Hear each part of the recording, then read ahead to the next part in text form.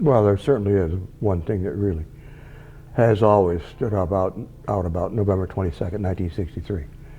And that was when I got up on the back of the car and looked down into the back seat, because I was lying above the back seat. Into Mrs. Kennedy's lap lay her husband with his head in her lap. The right side of his face was up. I could see that his eyes were fixed. There was a hole in the skull. I could see that a great portion of the brain was missing, and I assumed immediately that it had been a fatal shot and that he was dead. That will always be in my mind. We were always on high alert. Whenever we're in a crowd situation, like we're in a city like that, we're always at maximum alert. Your adrenaline is flowing at a great rate. We're trying to find or see anything that's unusual, out of the ordinary, of movement, inappropriate clothing, something that's just going to give us some indication that there's something different out there. Watch for this area or this person.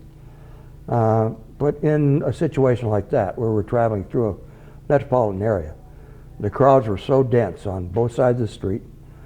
In 1963, the most big buildings didn't have central air conditioning, so windows were open on buildings and people were in those windows hanging out. They were on some rooftops, on fire escapes, on any place they could get to have a better view of the motorcade as we moved down, especially down Main Street. So we were trying to do the best we could by visualizing everything that was there to make sure that there wasn't any unusual activity going on. When we finally got to Dealey Plaza and made that left-hand turn, up to that point there hadn't been an incident of any type, and so everything was going very well. No, after we had turned left on Elm Street from Houston, we had gone down the Elm Street about maybe 120, 150 feet. I was on the left-hand side of the car, immediately behind the president's car, on the outside on a running board on the left-hand side. And I was scanning the area to the left, the grassy area, not many people. And straight ahead of us was a triple underpass, and I could see there were people above there. And all of a sudden, over my right shoulder, there was an explosive noise. And so I then turned toward that noise. But I only got as far as the back of the president's car, because I saw the president. He grabbed at his throat, he moved to his left.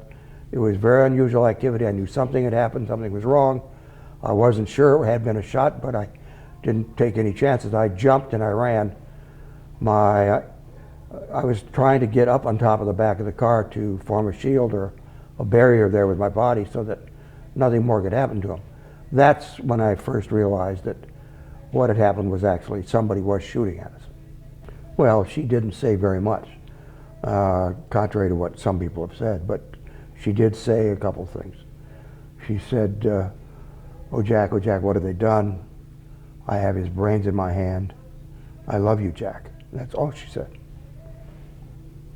That's still tough for you. Yeah, it is. Because you were really close to her? She was my responsibility. I was assigned to her shortly after the election in 1960. I'd been with President Eisenhower, and they reassigned me to be with Mrs. Kennedy. And I was with her constantly from that point on. There were only two of us that were assigned to her, and so we were there most of the time. And so no matter what the situation was, we were with Mrs. Kennedy.